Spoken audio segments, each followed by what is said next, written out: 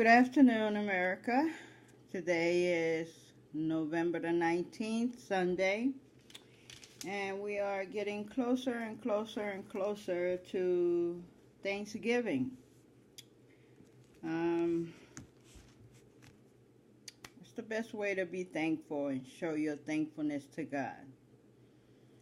The best way of showing God thanks for all He's done for you all year long is to show up in His house. To come up in His house and worship Him in person and in truth.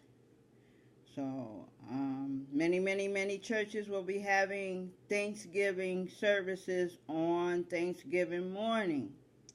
So if you're not among the ones that are cooking, then you have no reason for not making it into the Lord's house to give Him thanks for all He's done for you all year long.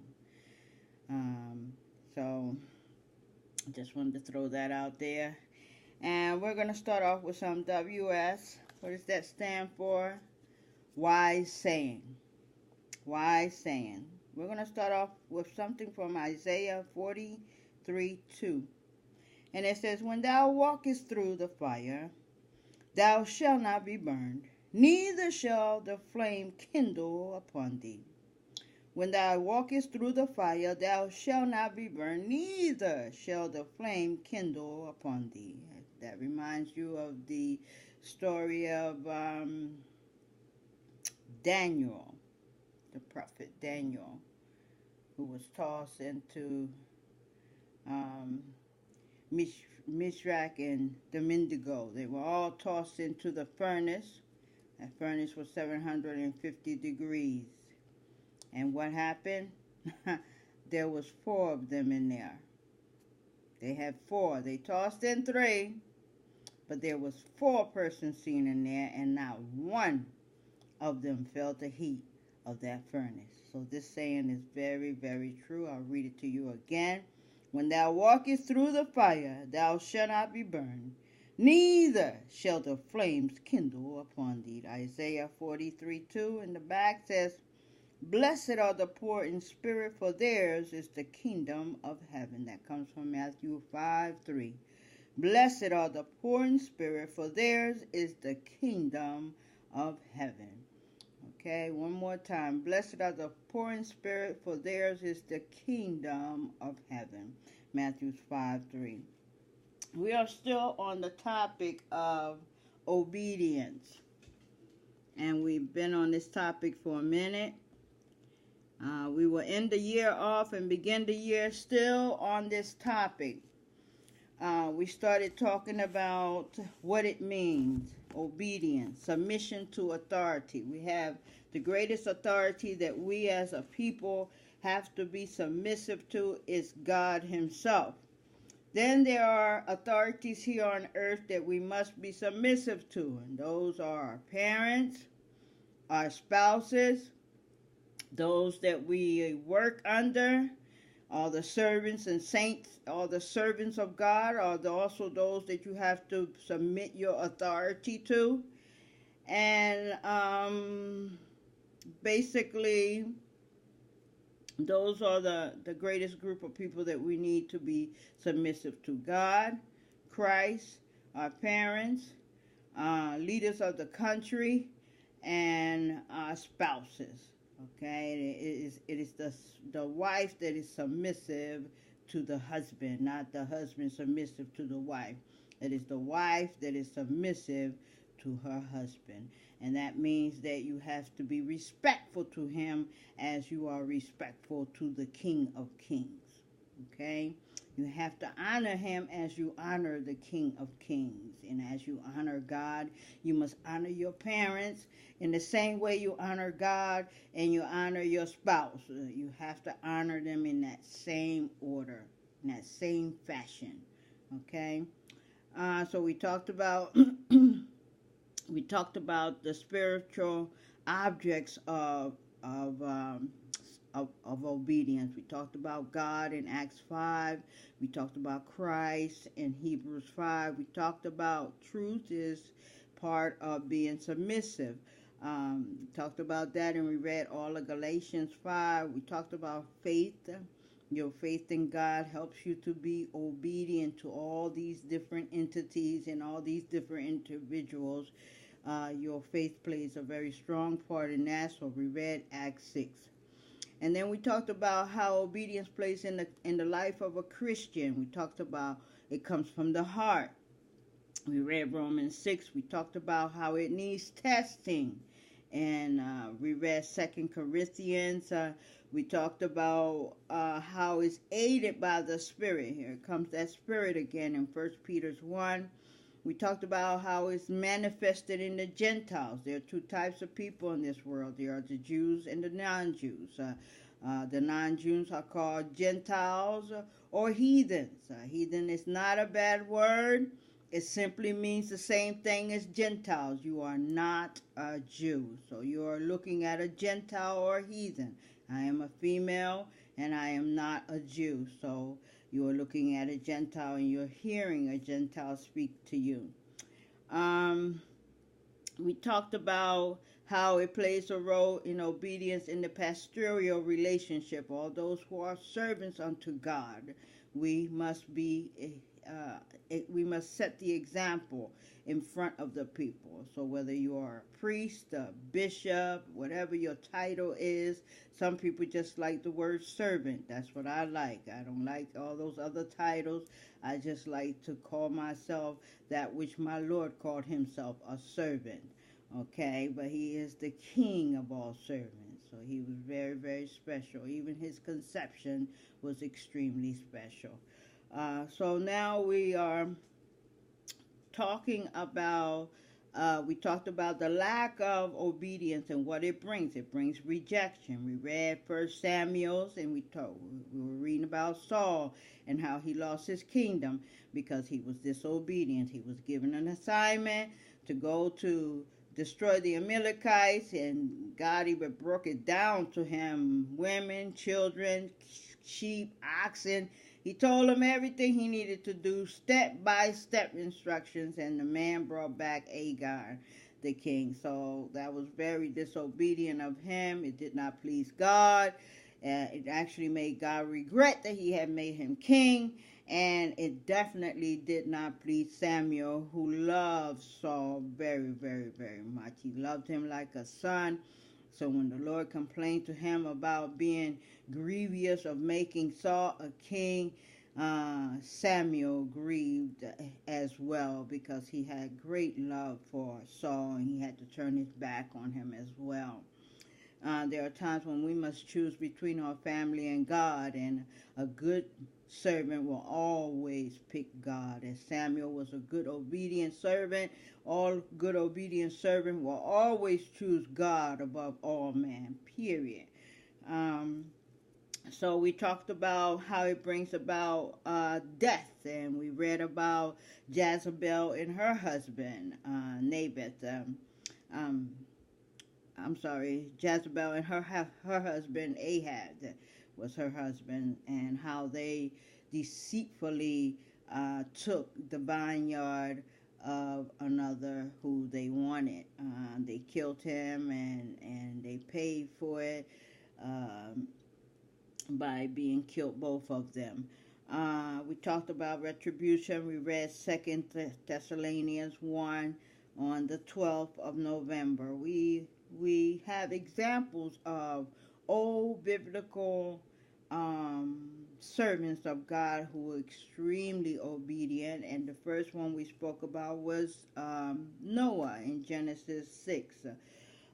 Then we went on to Abraham in Genesis 12, and now we're going to talk about a group of people that were special to God, the Israelites. And these are not like the Israelites today. These Israelites were of the biblical Israelites. They were a very obedient people, even though they slid off the slate a few times when they were in the wilderness, because they were complaining and they were wanting things that they had in Egypt, such as onions and cucumbers and leeks and things of that nature. And they were wanting food, they were wanting water, And although the Lord had opened up the Red Sea for them to walk through it on dry ground, they had an aquarium on the right and on the left. It must have been a beautiful sight to see.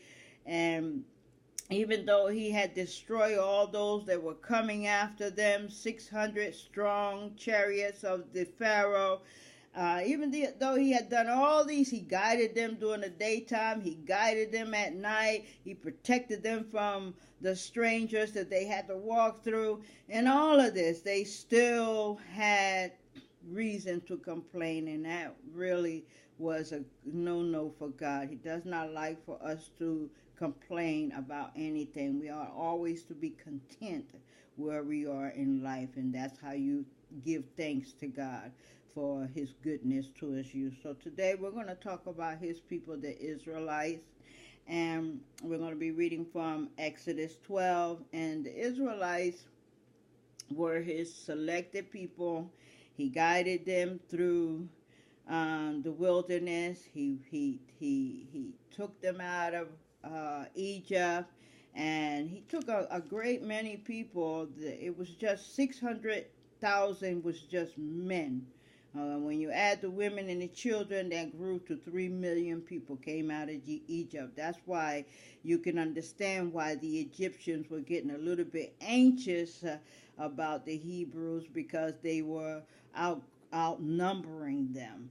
We're going to talk about the Israelites, and in the chapter that we're reading, it is predominantly Aleph for commandments, and I told you that Aleph represents everything that has to do with the commandments of God. It includes offerings, law, priesthood, feasts, Sabbath, tithing, baptism, the Lord's Supper, church, deacons, and growth.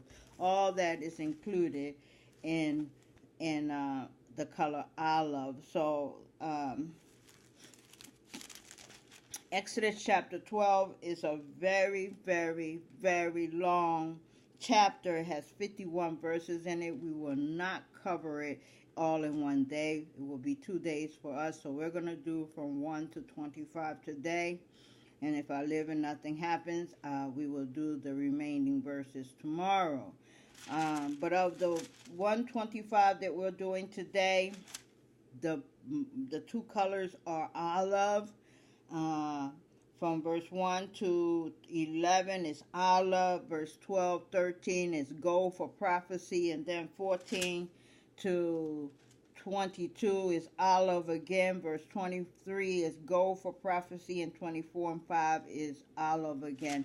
Another significant thing about this particular chapter, America, is that it is all uppercase lettering, signifying the importance of it, because in this chapter, the Lord talks about his feasts, the ones that we are supposed to be celebrating even today, because these laws are forevermore. So that includes all generations, including this generation and the ones that are left here after us. We're supposed to be embracing and celebrating these holy holidays unto the Lord. Okay, so we're going to be going into that. We're going to be flip-flopping from Exodus to Leviticus 23 to Deuteronomy 16, because it's going to lead us there. And we'll learn some new things about the holidays that are holy unto God. These holidays that the world has today, the Lord hates. He hates them. Okay, they have absolutely nothing to do with him. So he hates these holidays that the man has made up. Even the Christmas holiday is a holiday. We all celebrate our birthdays, and our birthdays is a special day. Well, that day is supposed to be a celebration of the Lord's birthday, but it ends up being a Santa Claus moment. That's how far we are from God. Okay, so in chapter 12, it talks about the establishment of the Lord's Passover. As I said, we're going to be talking about some holy holidays unto him. It talks about the 10 plagues of death, and it talks about the Exodus, which is the exit from Egypt. And it talks about the Passover ordinances. Ordinances are laws. So we're going to be flopping back and forth. Please be patient with me because I often do go backwards and forward. And from verse 1 to all the way to verse 20 is all uppercase lettering. All right. So let's begin. It says, and the Lord spoke unto Moses. This is not uppercase lettering, this first verse here. And the Lord spoke unto Moses and Aaron in the land of Egypt, saying, okay, here comes the uppercase lettering. 2. This month shall be unto you the beginning of months. It shall be the first month of the year to you. What month is this? Abib. Okay? It's Abib. A-B-I-B. Okay?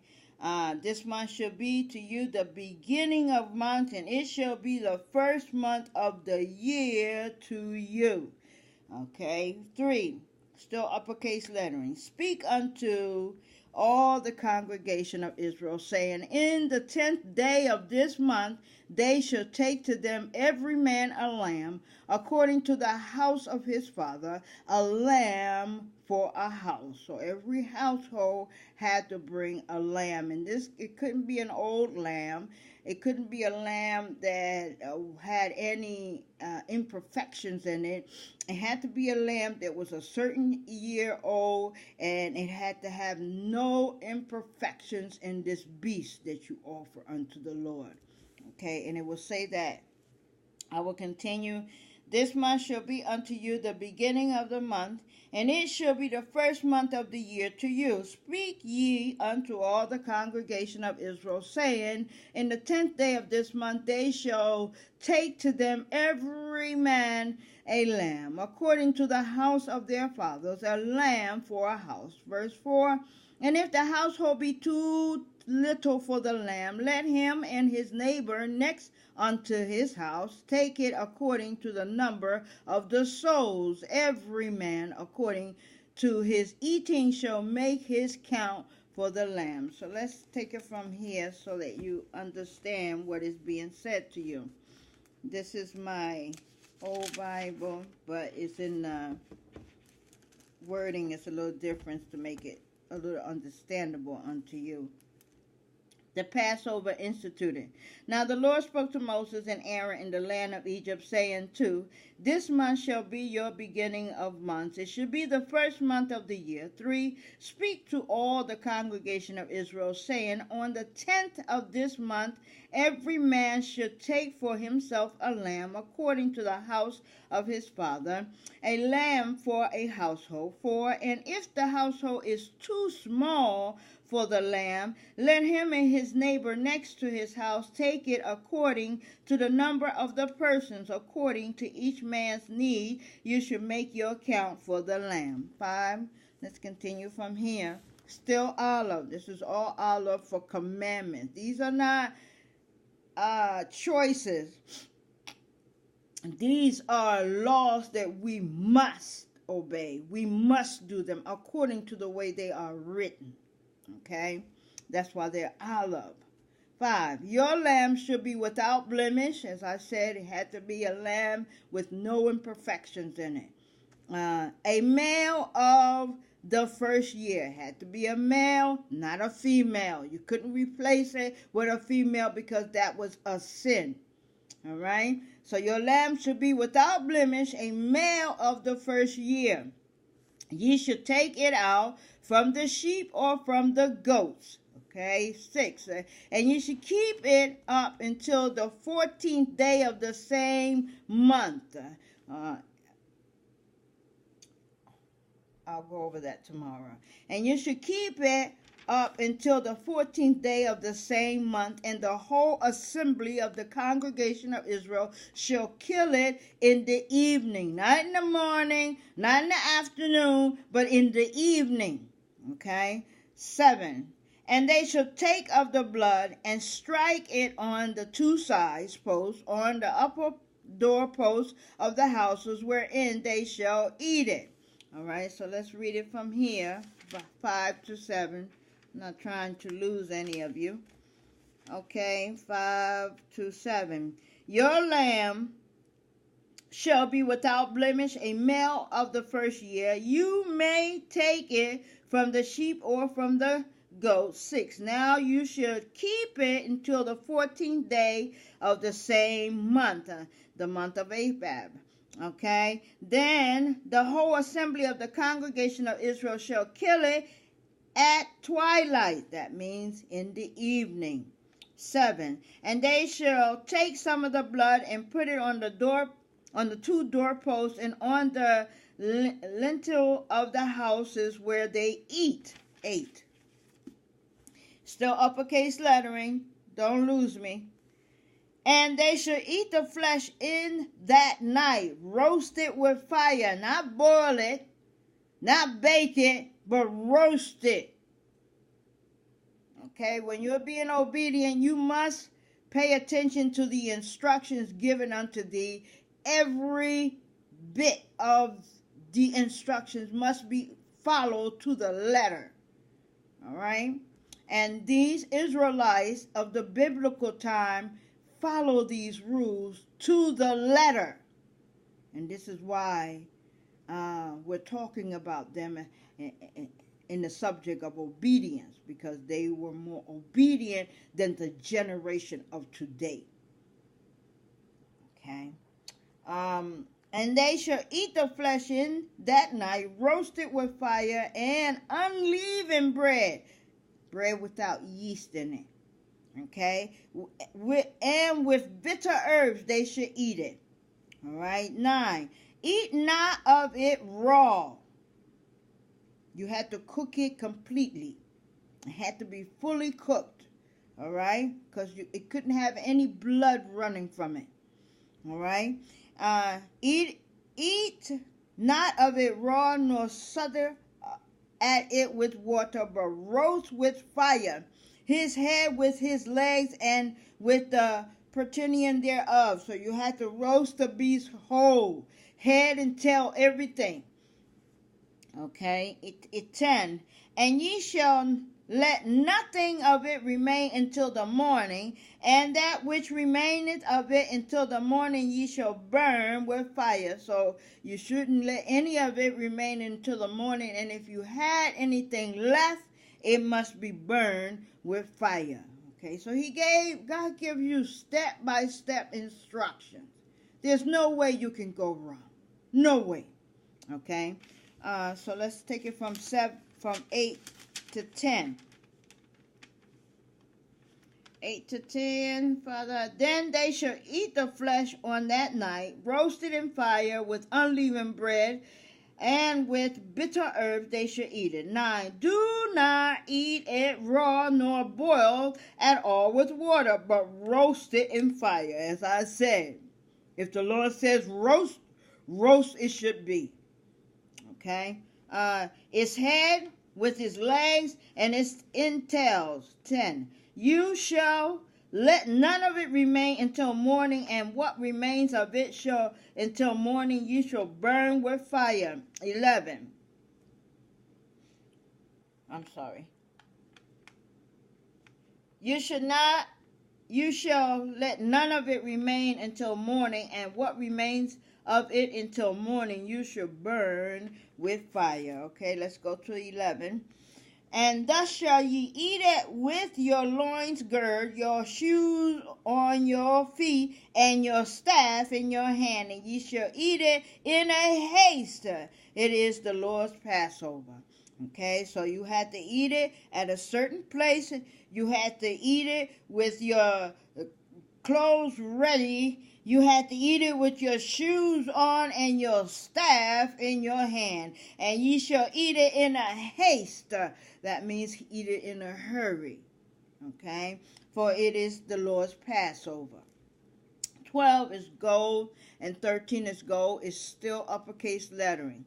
All right? For I will pass through the land of Egypt this night, and will smite all the firstborn in the land of Egypt.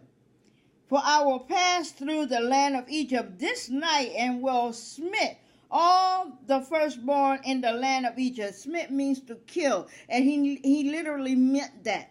He killed every firstborn. That includes the Pharaoh's house. That includes that son that the Pharaoh loved so much. He lost that night. Okay? And all the firstborn in the land of Egypt, both men and beasts. Not just men, but men and beasts. And against all the gods of Egypt, I will execute judgment. I am who? The Lord your God. 13. And the blood shall be to you for a token upon the house where you are, and where I see the blood, I will pass over you, and the plague shall not be upon you to destroy you when I smite the land of Egypt. So this was right before their exit. This was their last meal before their exit. That's why they had to be prepared to go. That's why they had to have their loins girded. They had to have their shoes on. They had to have their staff in their hand. And they had to eat in a hurry. Now, the blood that was put on their doorposts was for God to see so that he can bypass them and go to the next one where there was no blood there. That was a token of protection for his people. Okay? And for all those who listen, 100%. 100%. He didn't lose not one Israelite that night. Not one. Everyone did according to what they were told. Everyone. If we could only say that today. If we could only say that today. Okay. So let's read 11 to 13. For those of you who have a hard time understanding. And this you shall eat it with a belt on your waist. That's the same thing as. And thus you shall eat with your loins girded. That's a belt on your waist. That's what loins girded mean. Okay? Your loins is your hip, and the belt is the gird part. Okay? That's the belt part. With a belt on your waist, your sandals on your feet, and your staff in your hand. So you shall eat it in haste. It is the Lord's Passover.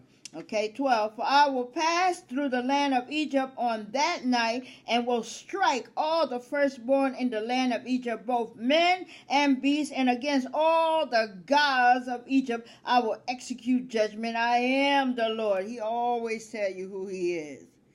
And he is the same Lord, the same biblical Lord. He's the same Lord today. The same one that the nations fear not today. Which is dangerous. You're playing with fire, America. You are literally playing with fire. This is a great God indeed. He made everything that you enjoy so much. The earth and everything in it. And all the beasts of the field. Everything. Even the things that you have yet to discover on this earth, he knows all about it. He knows that it exists and where it exists. Okay. This is an awesome entity indeed to be playing with. All right, 13. Now the blood shall be a sign for you on the houses where you are, and when I see the blood, I will pass over you, and the plague will not be on you to destroy you when I strike the land of Egypt. Okay, 14 to 22 is all uppercase. 20 is all uppercase lettering still, and it's still all olive. Pay attention. Don't let me lose you. 14. And this day shall be unto you for a memorial, and you shall keep it a feast to the Lord throughout your generations. That's with an S, okay? Ye shall keep it a feast by an ordinance forever.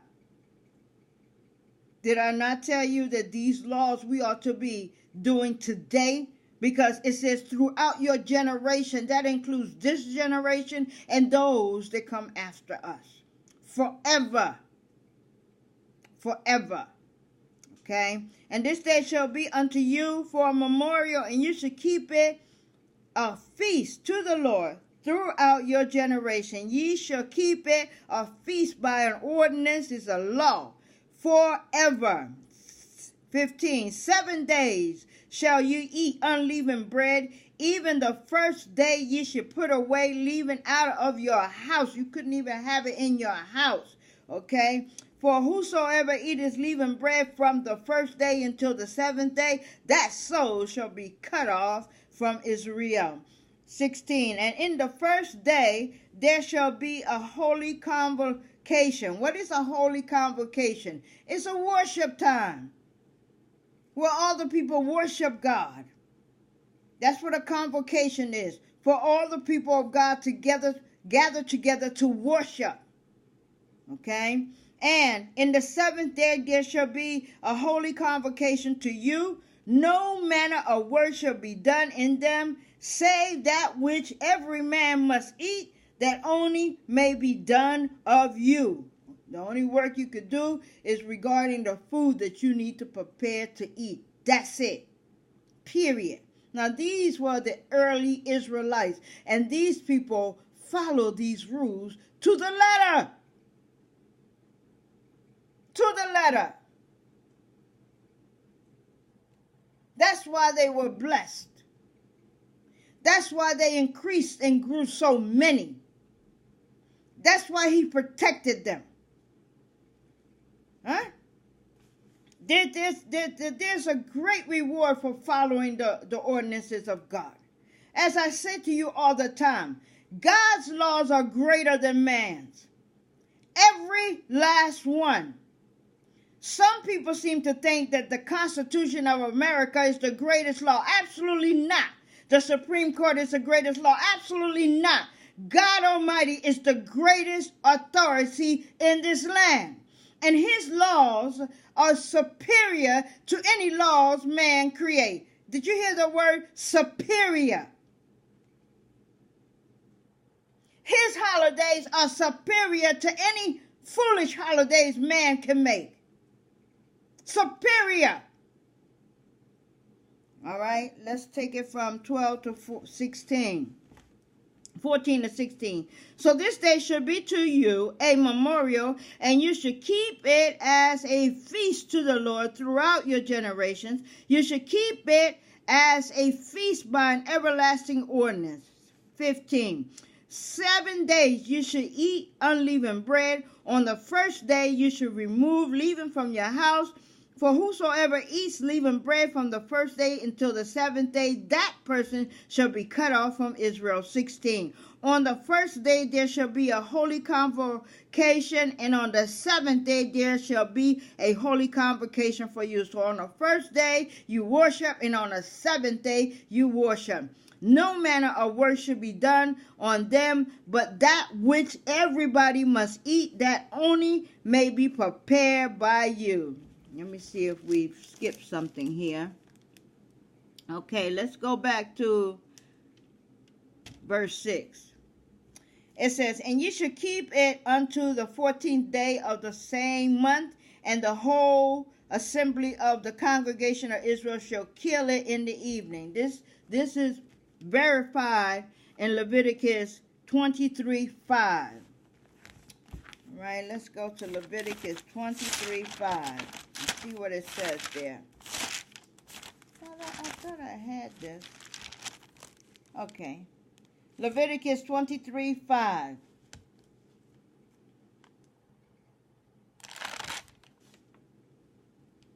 Okay, I'm going to start from Leviticus 23:2. Okay, this is still the Lord speaking to Moses. It says, and this is all uppercase lettering, and if I look it up in this Rainbow Bible, it will be Aleph for commandments. Okay? Leviticus 23:2. Speak unto the children of Israel, and say unto them concerning the feast of the Lord. Leviticus 23:2. which ye shall proclaim to be holy convocations, even these are my feasts. These are the Lord's feasts. Leviticus 23:3. 6 days shall work be done, but the seventh day is the Sabbath of rest and holy convocation. So the seventh day is Saturday. Yes, America. The seventh day is Saturday. That is the day we should go to church and have a holy convocation. On the seventh day. That is the day that we should rest. And if you cannot rest, then you should at least try to go to the convocation. Go to the church. If your work, there's, because of the times. See, in the biblical times, you didn't have hospitals. You didn't have police. You had judges. Okay? So, therefore, there was no reason why these laws could not be applied in their lives. But now you have a civilized world, and certain things you just can't close. You can't close the police stations. You can't shut down the hospitals. So those individuals have to go to work. But they can make it up to God in other ways. Okay? Should do no work therein. It is the Sabbath of the Lord in all your dwellings. In all your dwellings. Leviticus 23:4. These are the feasts of the Lord, even holy convocations, which ye shall proclaim in their season. In their season, at the right appointed time, in the right month. Okay? Here we go. Leviticus 23:5. In the 14th day of the first month, which, what did we say that first month? Abib. Okay? That's the first month. Okay? On the 14th day of the first month at eve is the Lord's Passover. And this is what we should celebrate every year. Forevermore. Forevermore. Forevermore. In every generation. Forevermore. Okay? 26, Leviticus 23:6. And on the 14th day of the same month is the first feast of the unleavened bread unto the Lord. 7 days ye must eat unleavened bread. So on the 14th day is what? Of the first month is the feast of unleavened bread. This we should still celebrate every year. Every year. For forevermore. You see how far we are from God now? You see that? And ye must eat unleavened bread. Okay? Let's go back to our reading. Okay.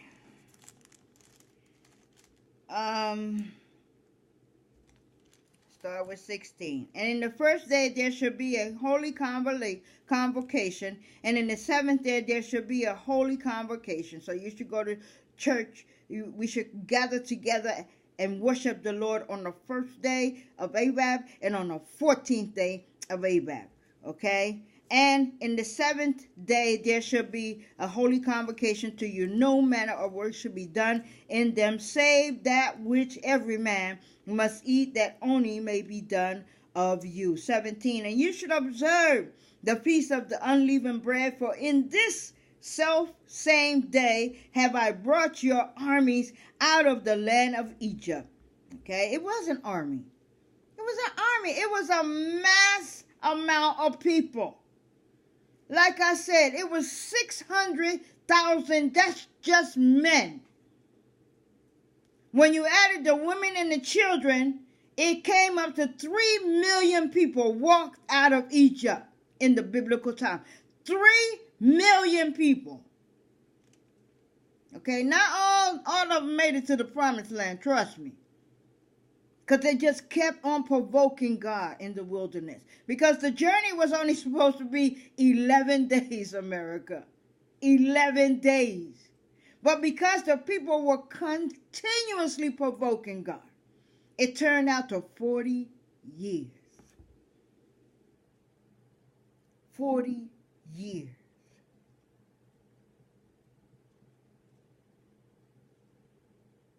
I gotta say that again. 40 years.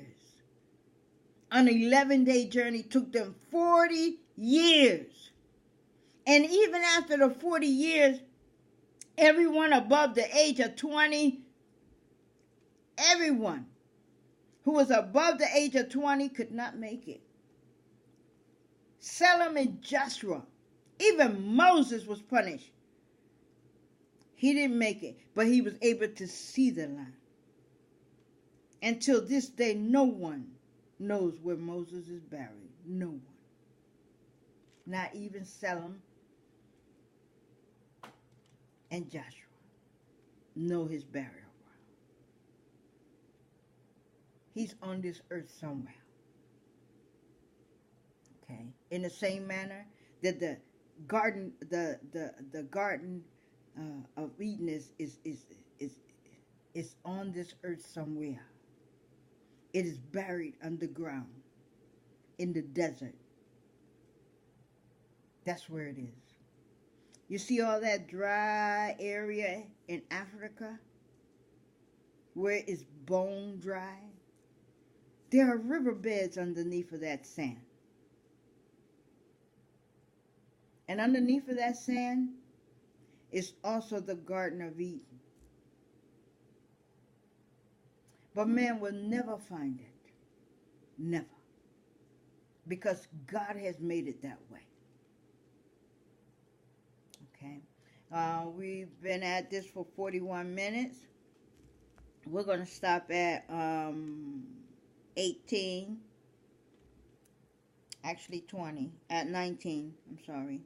So I'll read 18 again. In the first month, on the 14th day of the month, at eve, ye shall eat unleavened bread, okay, until the 1 and 12th day of the month at eve.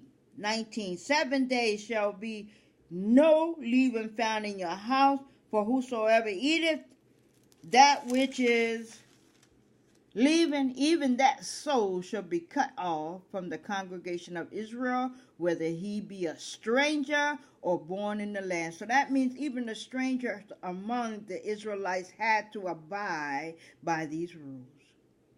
Even the stranger in your household had to abide by these rules. Okay, so let's take it from 16 to 19, and we're going to end it off here. On the first day there shall be a holy convocation, and on the 7th day there shall be a holy convocation for you. No matter of work shall be done on them, but that which everyone must eat, that only may be prepared by you. 17. So you shall observe the feast of unleavened bread, for on this same day I will have brought your armies out of the land of Egypt. Therefore you shall observe this day throughout your generations as an everlasting ordinance. 18. In the first month, on the 14th day of the month, at evening you shall eat unleavened bread until the 21st day of the month at evening. 19. For 7 days no leaven shall be found in your house, since whoever eats what is leavened, that same person will be cut off from the congregation of Israel, whether he is a stranger or a native of the land. We will stop there. So what did you learn today? You learned that Abab is the month that they exited out of Egypt. You also learned that they had a Passover right before the exit. And you learned that in preparation for that Passover, they had to do it a certain way. They had to use a certain animal at a certain age and with no blemishes. They had to prepare the food. They had to cook it a certain way with the tail, the head, and everything combined.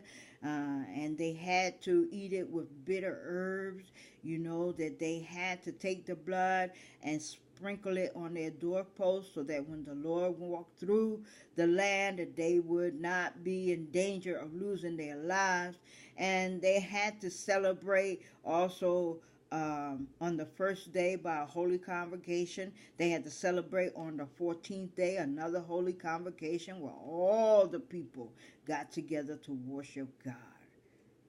Okay, so you learned quite a bit.